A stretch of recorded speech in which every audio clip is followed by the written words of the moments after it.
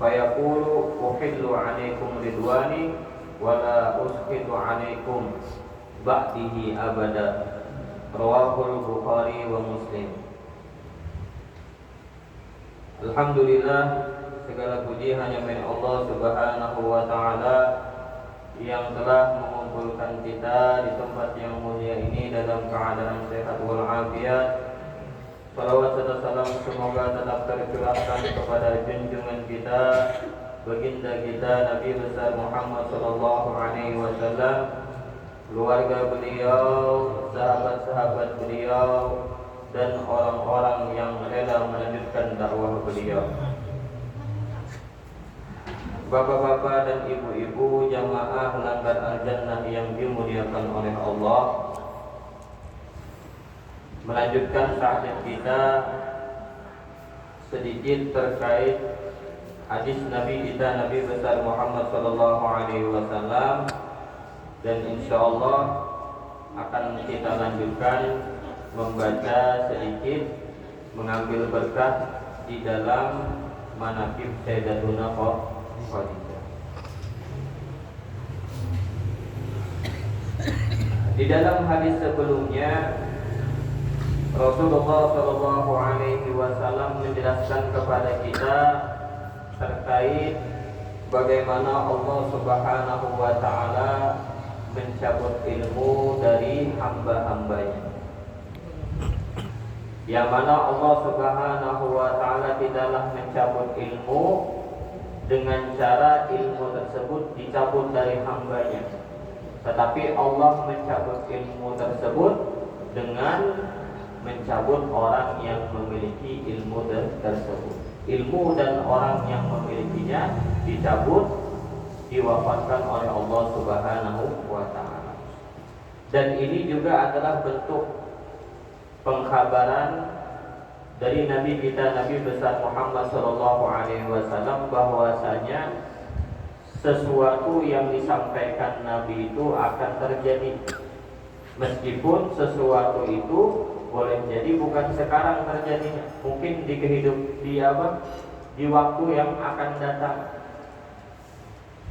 yang mana akan terjadi suatu peristiwa, yaitu apa? Orang-orang yang ahli ilmu itu akan dicabut, diwafatkan oleh Allah Subhanahu wa taala atau disembunyikan. Banyak orang-orang yang tidak paham, banyak orang yang tidak tahu bahwasanya si fulan ini orang yang ahli ilmu. Nah, kemudian di dalam hadis yang sebelumnya juga ini mengingatkan kepada kita bahwasanya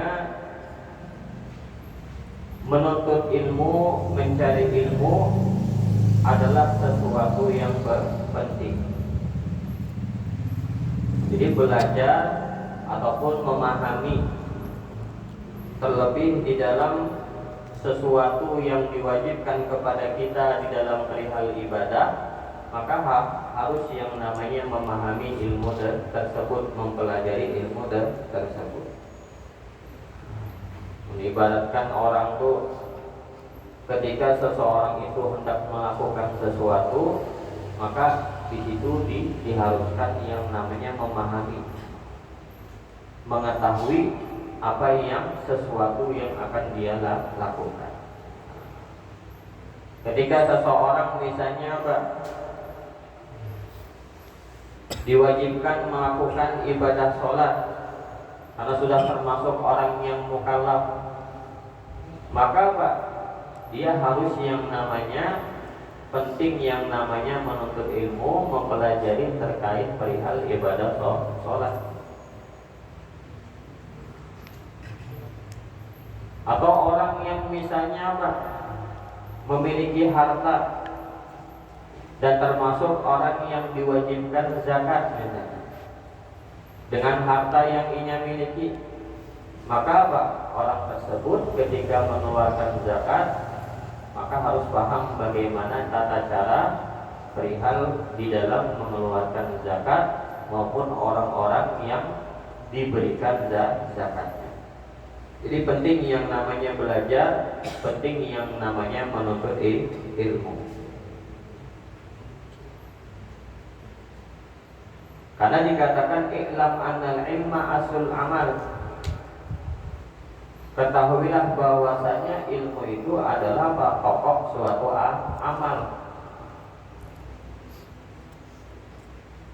Jadi segala amal yang kita lakukan, perbuatan yang kita lakukan, pokok ataupun dasarnya yaitu ilmu. Fala yasihu amalun bidunihi. Amal yang dilakukan oleh seseorang, sholatkah misalnya, zakatkah,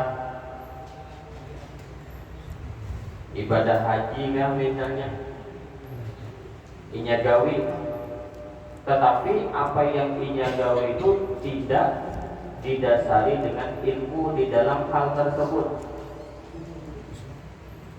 Inya melakukan sholat, tetapi ternyata sholatnya itu pada sesuai dengan apa yang diajarkan oleh Nabi Shallallahu Alaihi Wasallam.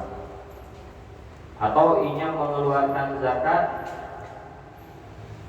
ternyata yang inya beri orang yang bukan termasuk berhak mendapatkan zakat misalnya, kada sesuai dengan apa yang diajarkan Nabi terkait orang yang berhak menerima zakat.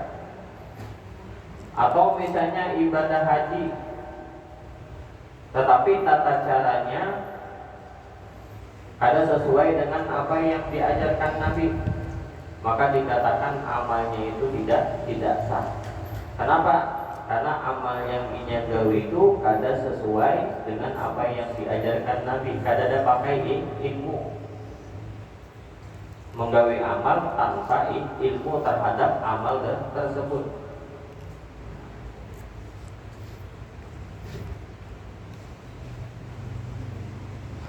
Makanya di dalam hadis yang sering kita dengarkan, ujar Nabi, innamal a'malu binniyat. Hanya saja amal itu innamal a'malu binniyat. Hanya saja amal itu tergantung niatnya. Wa innamal likulli imri'in ma nawa. Dan setiap orang itu tergantung apa yang dia niatkan. Nah, dari dua pemaknaan tersebut, apa yang disampaikan Nabi ini menunjukkan sesuatu yang sangat penting.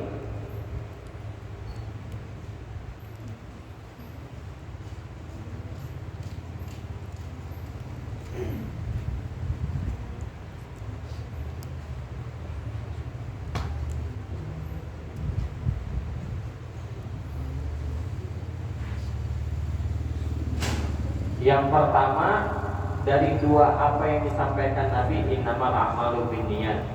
Artinya amal seseorang itu tergantung niatnya. Wa innamal likulli imri'in ma nawa. Dan setiap orang itu tergantung apa yang dia niatkan. Yang pertama, innamal a'malu binniyat. Jadi amal seseorang itu tergantung niatnya. Mengibaratkan orang sholat,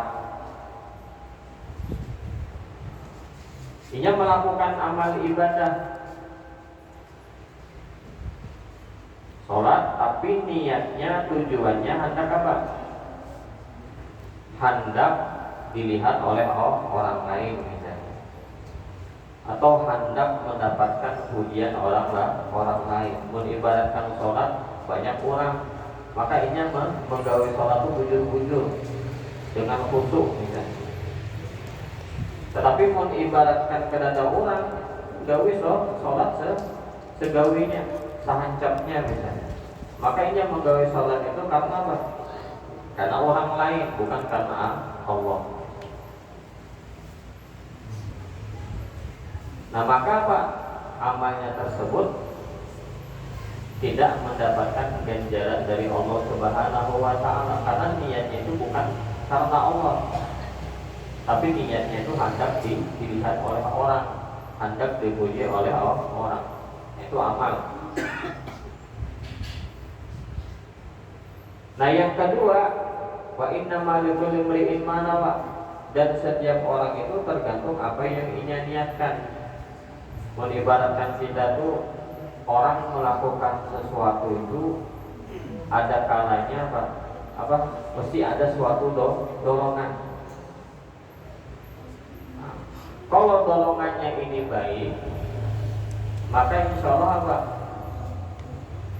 Ia melakukan sesuatu itu dengan baik. Tetapi kalau ia yang mendorong niatnya itu ternyata kada baik, maka apa yang ia gawe itu juga kadang mendapatkan ganjaran dari Allah Subhanahu wa Ta'ala. Jadi selain ilmu, di dalam melakukan amal ibadah pun juga perlu yang namanya niat. Karena niat itu membedakan sesuatu yang ada kebiasaan dengan suatu ibadah. Orang mandi misalnya, mandi itu sesuatu yang biasa, kebiasaan orang. Sehari 2 kali, ada yang sehari 3 kali misalnya. Itu sesuatu kebiasaan. Tapi ada orang yang biasanya mandinya sore, kada pernah malam. Ini jam 12 malam misalnya mandi gitu. Ternyata niatnya itu bukan mandi bukan mandi kayak seperti biasanya gawe, tapi niatnya mandi misalnya mandi menghilangkan hadas besar. Jadi niat itu membedakan sesuatu ibadah dengan sesuatu yang ada kebiasaan. Itu. Jadi apabila niatnya itu hanya kepada Allah, mencari ridha Allah, maka dengan niat itulah yang menyebabkan amalnya itu mendapatkan ganjaran dari Allah. Kemudian setiap orang itu tergantung niatnya. Orang melakukan sesuatu itu mesti ada dorongan. Kalau dorongannya itu baik, kalau dorongannya itu karena Allah ataupun karena Rasul, jelas apa yang ia gawe itu mendapatkan ganjaran dari Allah. Tapi kalau ternyata dorongannya itu bukan karena Allah dan Rasul, maka jelas sesuatu yang ia gawe itu kadang mendapatkan ganjaran dari Allah Subhanahu wa Ta'ala. Jadi mau diibaratkan dikembalikan, kita ini kan hendak menggawi ibadah itu, ibaratkan ibadah yang kita gawi itu memberikan manfaat kepada kita. Kalaupun manfaatnya kadang kita dapat di dunia, paling kadang manfaat amal yang kita gawi itu kita rasakan, kita nikmati nanti di akhirat. Sehingga banyak orang-orang itu memperbanyak amal ibadah. Inya gawi misalnya yang wajib tentu jelas digawi. Ditambahnya dengan menggawi amal-amal sunnah yang dianjurkan. Itu jelas sesuatu yang yang kebanyakan orang ingin lakukan. Tetapi di dalam amal itu bukan hanya yang diperhatikan memperbanyak amal ibadah. Perlu kita pastikan bahwasanya amal ibadah yang kita gawi itu diterima oleh Allah Subhanahu wa Ta'ala. Nah, itu yang penting. Yang pertama tadi Tadi niat. Jelas niatnya itu karena Allah, dorongannya itu karena Allah. Maka amal ibadah itu disah atau diterima oleh Allah Subhanahu wa Ta'ala.